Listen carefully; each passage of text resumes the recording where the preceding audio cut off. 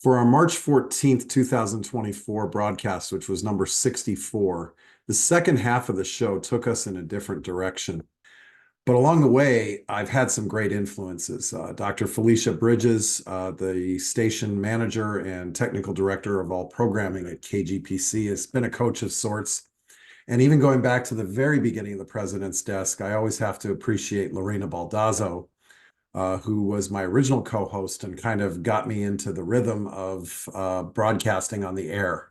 Along the way, though, I did kind of find some other interests in terms of podcasts. And one of my great loves is music, specifically classic rock music. And I found a podcast called Behind the Song, hosted by Janda Lane, WDRV in Chicago.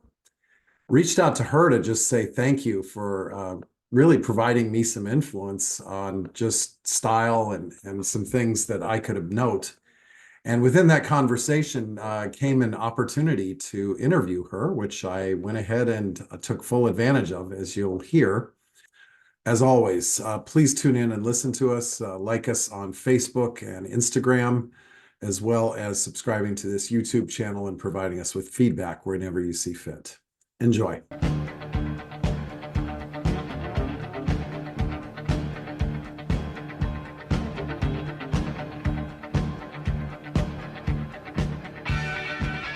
Welcome to the President's Desk on 96.9 FM KGPC and Peralta Television, where Laney College President Dr. Randi Besikof speaks with community members, colleagues, and student leaders.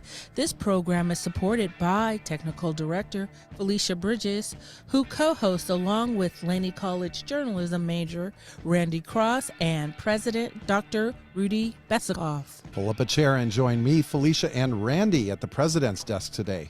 And straight from WDRV FM 97.1 in Chicago, it gives me great pleasure to welcome, heard Pacific Standard Time from 8 a.m. to 1 p.m., Janda Lane. Janda, welcome to the President's Desk in Oakland, California. How you doing?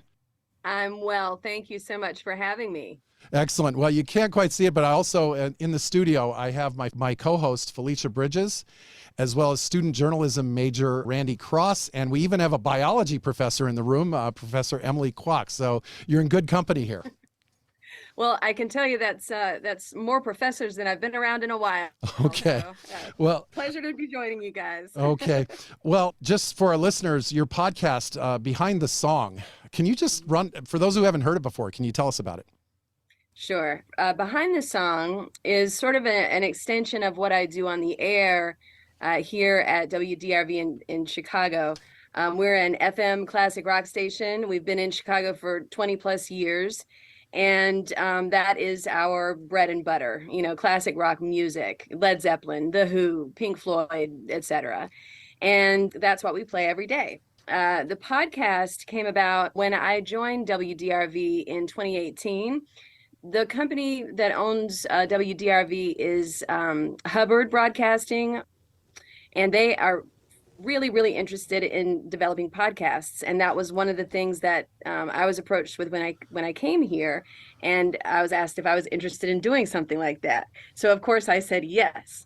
And I just thought that perhaps if I gave people, about a 10-minute dose of a specific song and the lyrics and a little bit of the history that was happening in the life of the songwriter or in the band, with maybe a touch or two on some, cultural moments that were happening around that same time, then if I did it quickly and well enough, then people might be interested in it. And now here I am 126 episodes later. So, wow, I'm only about 65 behind you. Yes. Well, that's how you and I met. That's right. And just to let you know, big fan. And my personal favorite was your podcast where you described One by U2 off Octung Baby. That was it. But I see our co-hosts are waving at me with questions galore. So I'll step aside. I really like the concept of your show. And I want to know, how did you come up on that idea? And tell me how, I guess this is a two-part, and tell me how do you get the information, the backstory, the behind-the-scenes story to do your podcast? Excellent question. Thank you. Thank you for that. Well, the first thing that I try to do with any episode is to make sure that I have the information correct. So as much as I can, in some occasions, I have firsthand experience with interviews that I've done with some of these artists in the past because I've been in radio for a very long time. Not always, though, especially when we're talking about, someone like Peter Green from the original Fleetwood Mac, who's no longer with us, and that kind of thing. So in that case, I try as much as possible to find video interviews with those artists, and try to get it as much as I can from the horse's mouth, and rely less on, articles and magazines, although I do source from there as well. But they're usually your big ones, your reputable, rock magazines, Rolling Stone and stuff like that, But as much as I can, I try to get it directly from the artist. A lot of what I work with, in this genre is a lot of it's public knowledge. So I try to find something that would maybe surprise someone who's been a fan of a band or of an artist for a long time, or who knows the song inside and out because they listen to it, their parents listen to it, and so on and so on. But I try to always find something interesting as much as possible, that might not be as widely known. But to answer the question, as much as possible, from video footage that I find really on YouTube, or if there's been a documentary made. That's where I source a lot of my material. Yeah. And so I understand you host a 5-hour radio show every weekday. Is that right? Yes. So yes, that is how true. do you how do you find the time to get your content together and your research together? Like how much time do you spend? Janda, we're struggling a little bit here with getting 1 hour Right. together, so you got to tell us. Well, very good question. I don't know actually how how it all happens. But I carve out time in the morning before I go on the air. I spend a lot of time. I spend at least one of my weekend days doing research for the podcast. I mean, not all day, but a good bit of time. And then at night, I'm usually, to be honest with you, I'm trying to find things that are relevant in Chicago for the radio show, things that have happened here locally, because that's what for the most part, our Chicago area listeners want to know about, or they want to think, at least when they're listening to me on the radio, that I'm right there with them, So I try to stay up to date locally. I do, the music research isn't as intensive for my daily show because I do enough of that already. It's sort of just intrinsic knowledge at this point, when I'm talking about a band that we play on the air. I guess that's part of the job description. If you're going to be a classic rock DJ, tend to know a little bit about, the artists. But a lot of it is just really, I spend a lot of time on my phone, scrolling. I mean, you name it. I try to have some sort of a good grasp of what's going on there, musically. There's sites that I go to a lot. And a lot of local stuff, like I said, for the radio show.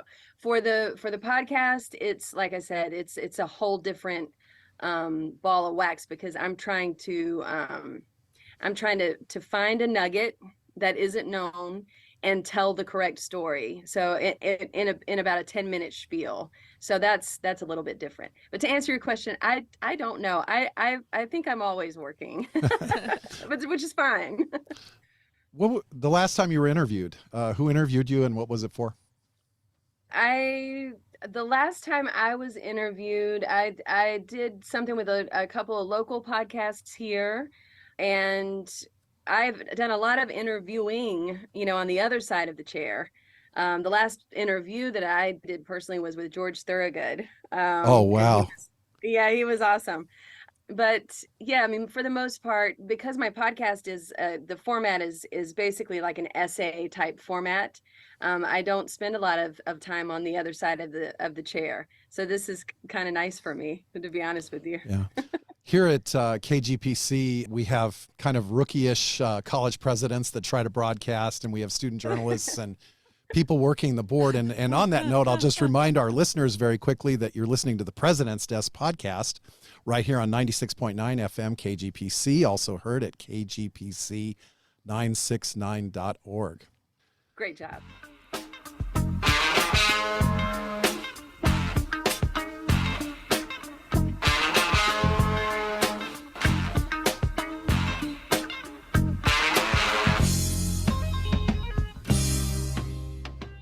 Thank you. Janda, just somebody wanting to kind of break into the business of radio or broadcasting, because you've done a lot of producing as well. What advice do you give people that are kind of just getting started or kicking the tires? I was hoping you'd ask me this question. I would say that not much has changed since I started doing radio.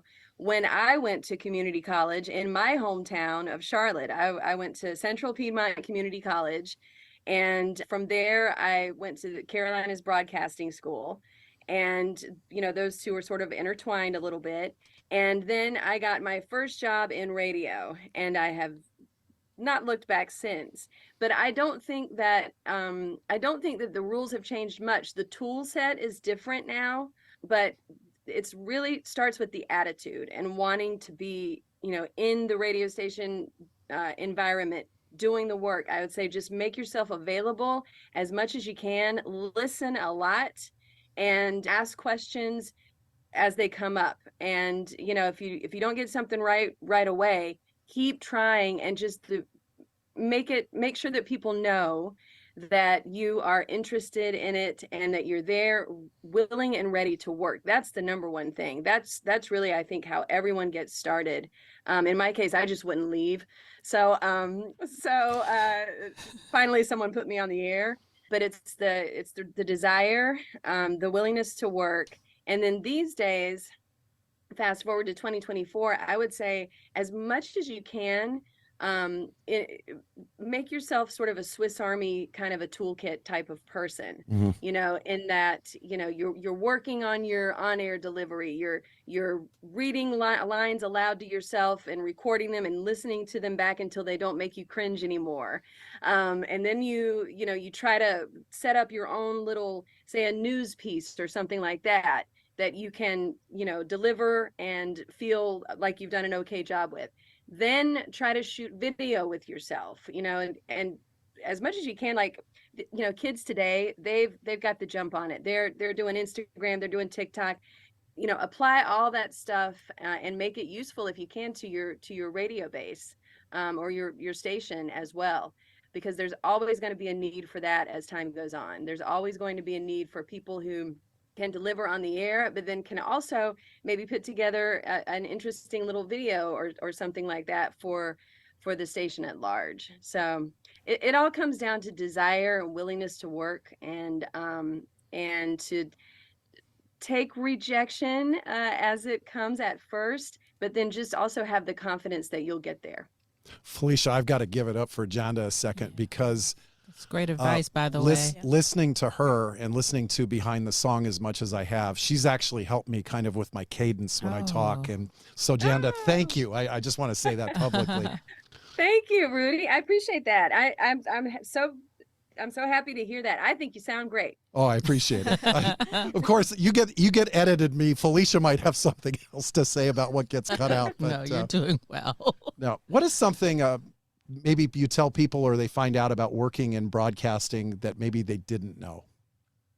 The hours are much longer than one might think.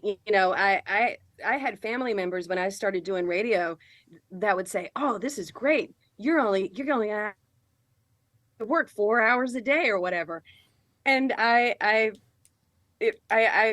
was amazed at that, because there's so much that goes on behind the scenes.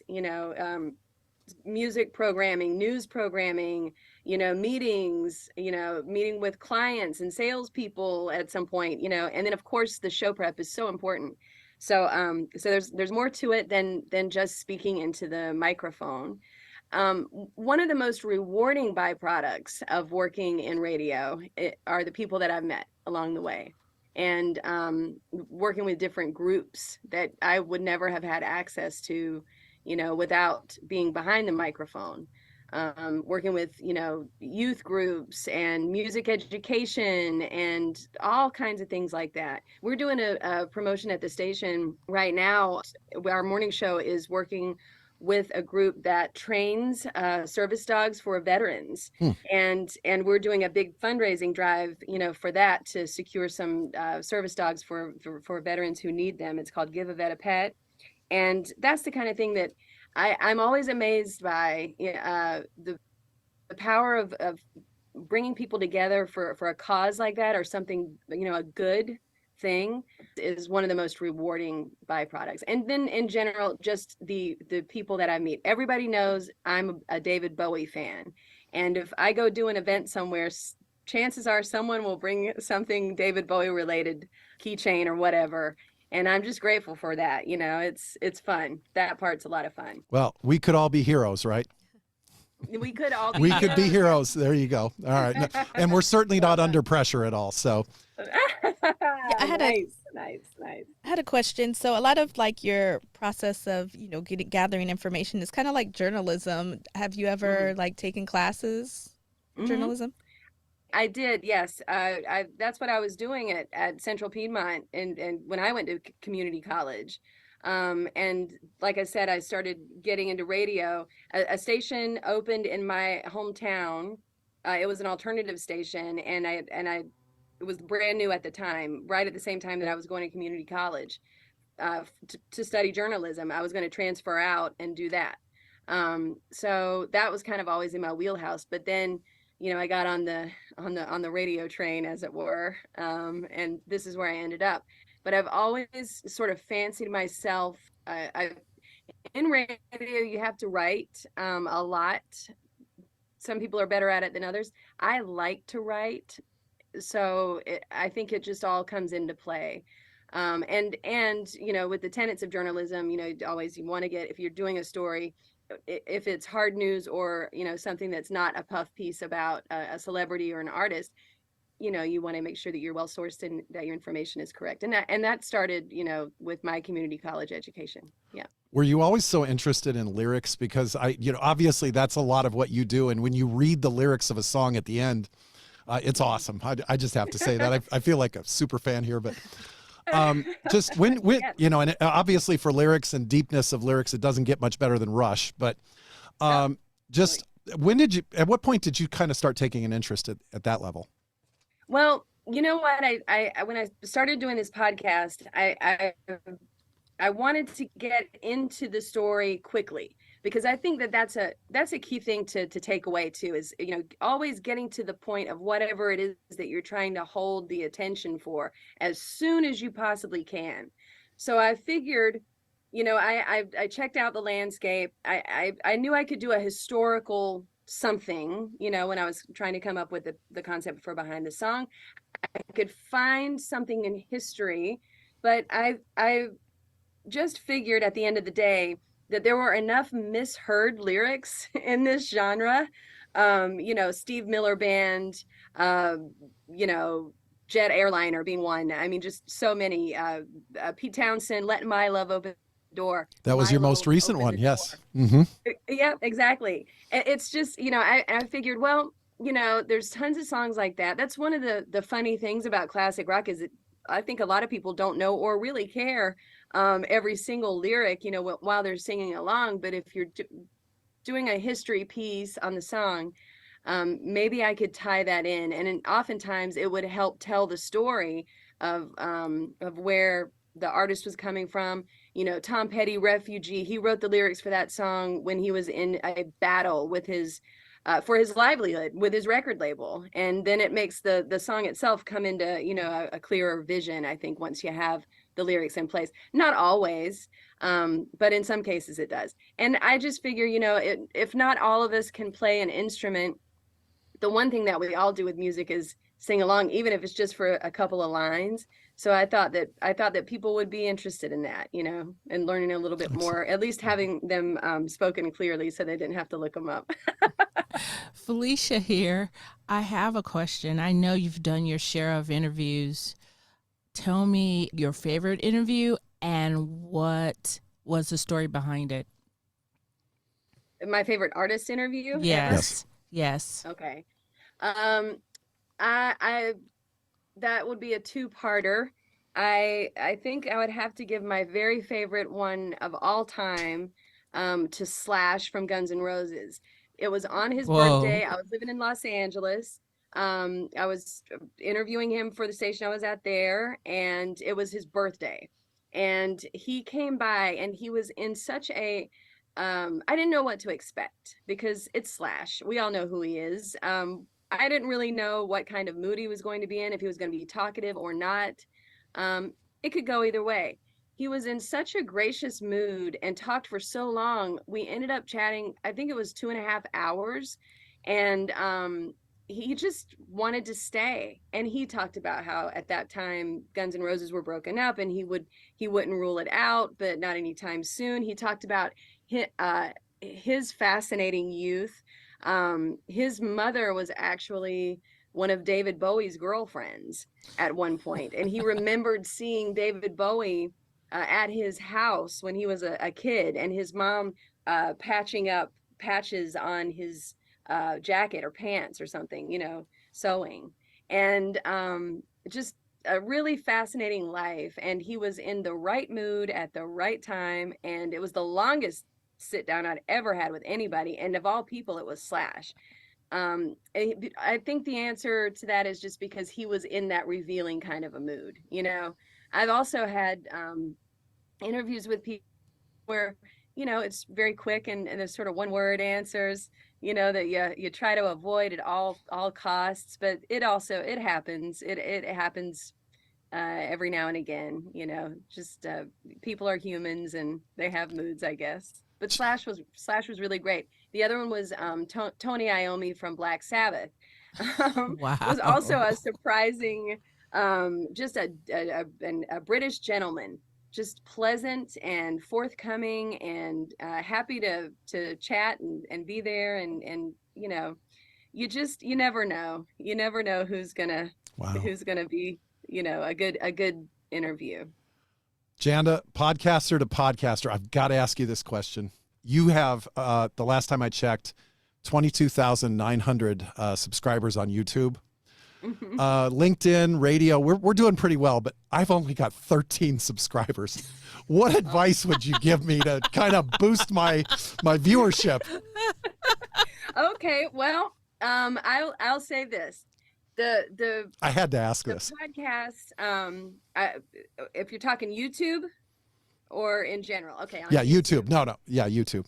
YouTube, I found that I had most of my growth after I hit the 1,000 subscriber mark.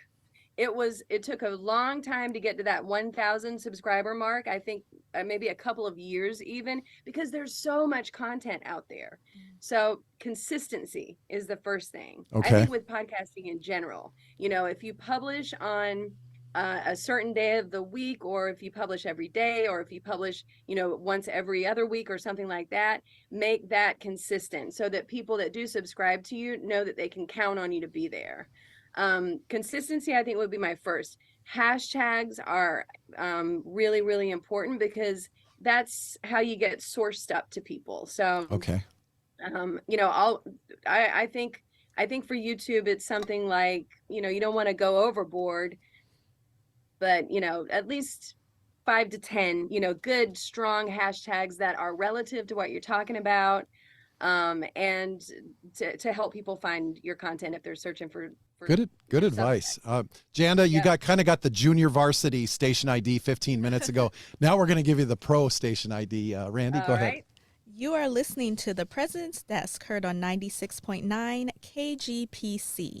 Check us out at kgpc969.org and also on Peralta TV. All right, so for Behind the Song, I told you One by U2 was kind of my favorite. Do you have a personal favorite that you pull up for people? I loved doing the story of Black Magic Woman by Santana / Fleetwood Mac, because there is so much in that story. It just the history of Fleetwood Mac alone. It goes back well beyond the rumors. The Fleetwood Mac that we know is the most successful with Stevie Nicks and Christine McVie and John McVie and Mick and Lindsay. That it started well before that, out of the the blues that were coming out of England at the time. And Peter Green, the original founder of that band, was such a genius, and some of his solo work before he passed away is so heartbreaking and beautiful. And I do think he was probably a musical genius, very troubled, died, well before his time. And then the band continued on in all these forms, and then they became one of the most successful. I mean, the Rumors album is one of the most successful albums of all time. So there's just so much involved in that story. And I had so many people tell me that they had no idea that Santana didn't write that song.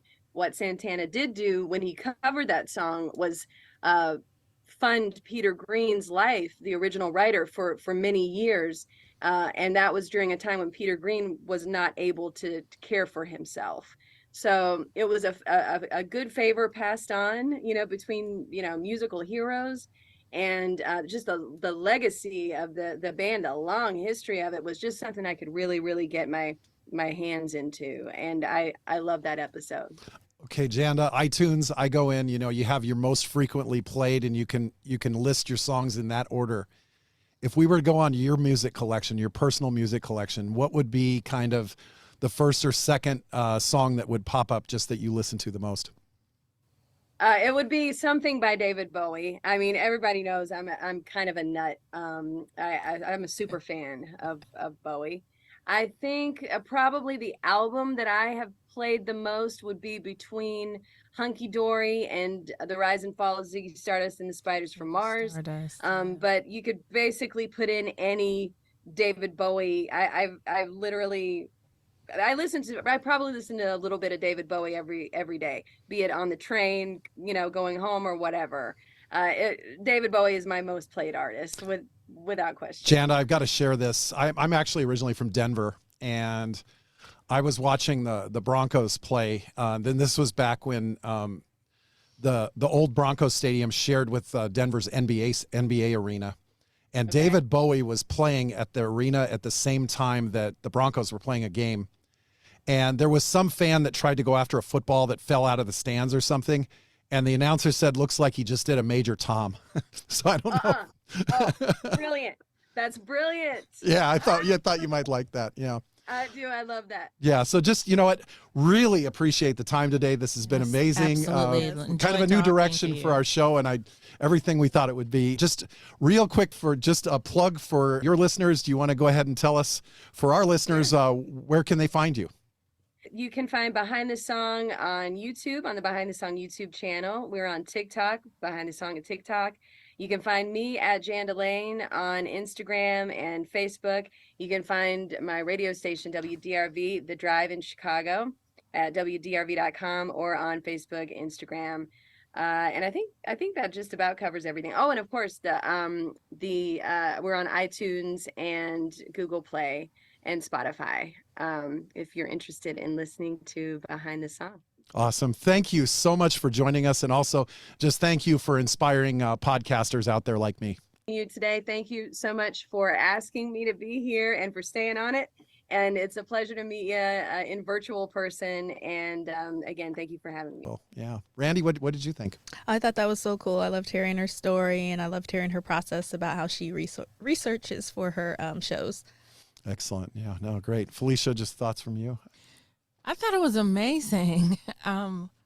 Just her story and just her music knowledge is incredible. The level of detail that she could drill down to is just phenomenal. No, it was wonderful. And just kind of you being in radio, and of course, Janda being in radio, just things that you picked up. Details, Yeah.